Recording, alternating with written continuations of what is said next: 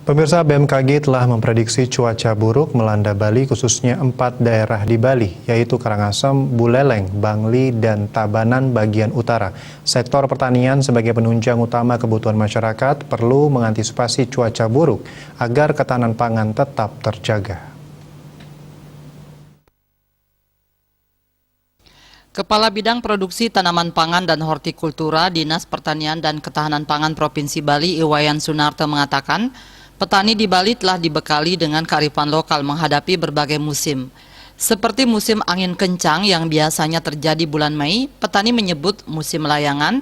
Mereka telah mengantisipasi dengan menanam tanaman resiko rendah seperti kentang. Selain itu, petani memasang pagar kayu di tegalan juga berfungsi untuk mematah angin agar tak merusak tanaman. Teknologi yang disebut dengan windbreak tersebut dipasang memagari tegalan. Pola tanam juga diberikan jarak atau space agar dapat dilalui angin sehingga tanaman tidak rusak. Menurutnya, yang diwaspadai petani dari siklon tropis adalah badai hujan sehingga dikhawatirkan terdampak banjir. Dinas Pertanian dan Ketahanan Pangan telah mendorong petani untuk berasuransi menghadapi dampak perubahan iklim (DPI) baik karena banjir maupun kekeringan.